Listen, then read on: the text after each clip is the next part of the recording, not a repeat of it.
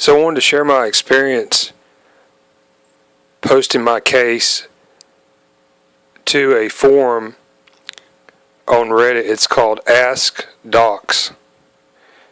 And there are 256,000 members of this forum. You can see here's my post. Yeah, okay, so what you can do on this forum, this is very unusual on the internet, especially in America with all the legal entanglements and where the medical industry is like protected, like a nobility class or some type of aristocracy. So anyways, so they've got a forum here on Reddit, and you can post a medical question to, you're led to believe, some real-life doctor. And the doctor's supposed to come back and give you some kind of medical advice. This is very unusual on the internet. So I thought this was a very interesting case study to see what they would say about, my documentation. So I sent them. I sent a post up here. It was supposed to go public.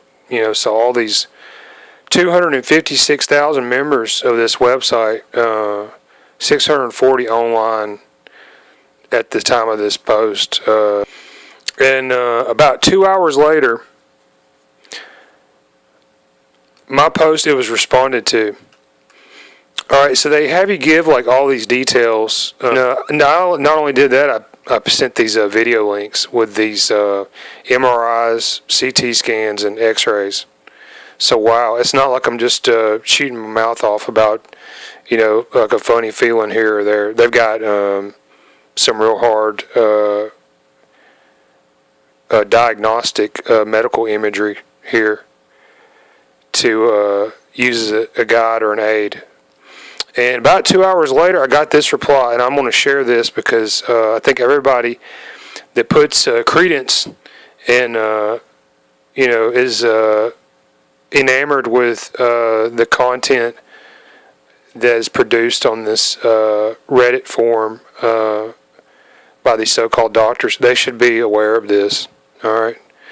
So, okay. My case, it involves elements of corruption, misdiagnosis, and possibly a major medical fraud, conspiracy, criminal conspiracy, etc. When I take the material around to different doctors, regardless of like who they are, pretty much, they will almost always come to the aid and back up and support the erroneous diagnosis of the other doctors and hospitals involved, protecting their business versus correcting an error that may exist. So in my case, I have a broken skull that hasn't healed in 2 years. And there was a CSF leak, and then became infected and infested with some kind of parasite organisms. And you can go look at all my pictures. You can see all this stuff: 3-inch long worms, nests, eggs, larvae. So look at what happened here. Okay, HEIKO 81, HEIKO 81, physician neuroradiology. So this is a pretty high level tier of medicine, right? Neuroradiology. You got to go to school for quite a number of years to do this. It's okay. How long does it take to become a neuroradiologist? It says here the average neuroradiologist has more than 10 years of experience in training after his or her undergraduate education. So like 4-year medical education, 4-year undergraduate degree, many years of post-secondary education. So anyways, yes, it's like 10 years to do this for a living. And most of these people are probably millionaires. All right. So lucky for me, I got to ask, one of these people, because I dropped out of high school when I was 16 years old. I'll just put this out here, okay? And I had to go back and find all this stuff myself because I was walking around every day and I couldn't move my head because my neck felt like it was broken. All right? I went to the doctors and hospitals. These people in our society that are entrusted and have these various roles and stuff. And, I had to go back and second guess their professional opinions. And I think I did so successfully. So here's my response from Heiko81 on Reddit. Physician, neuroradiology. That's his qualifier. Okay? So it says here, this is his response. One cannot review a complex case like this with documents and imaging from a YouTube video. Access to the original DICOM files will be necessary. It sounds like you already got several opinions from medical professionals about this case. Alright, so what an interesting response this is. And this is like basically the same response that I got, and paid $300 a pop for at a orthopedic doctor as well as a neurologist. $300 each way. And they basically told me the same thing. The neurologist,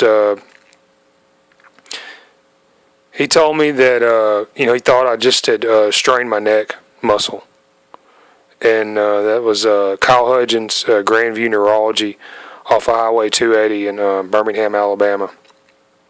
The orthopedic doctor, this was Perry L. Savage, Sr., and their practice is Ortho Alabama Spine and Sports off Highway 11, and this is in Birmingham also, but it's like really close to Trussville.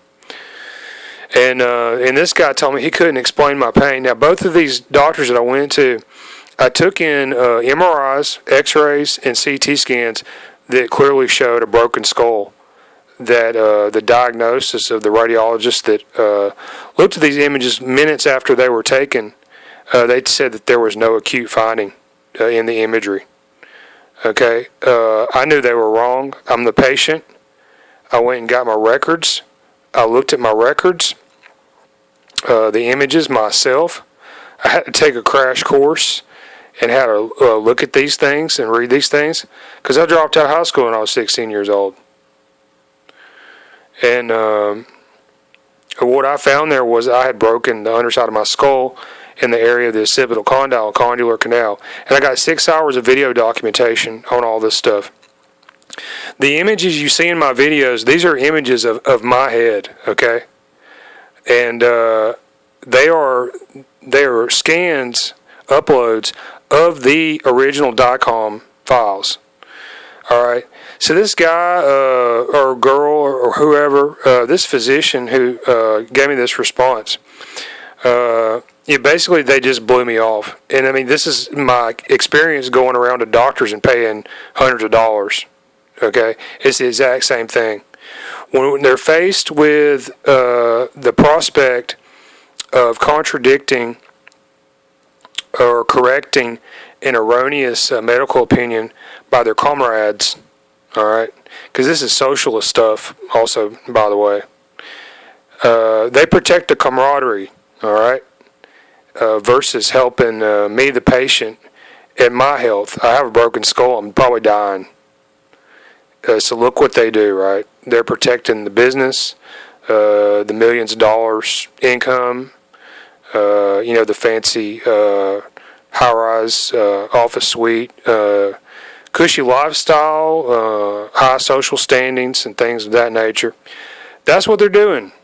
All right, so if you're one of the 200,000 people out there that put credence in the medical advice that comes out of this Reddit forum, might want to think again about that. Look at how they treated me. So my 6 hours of video documentation on this, this guy's saying that it's not enough to present enough evidence to review my case. All right. So he's saying that this ain't good. This ain't good enough to review my case. All right. Well, some other people told me that what's in my videos is enough to close the doors of hospitals and doctors' offices permanently.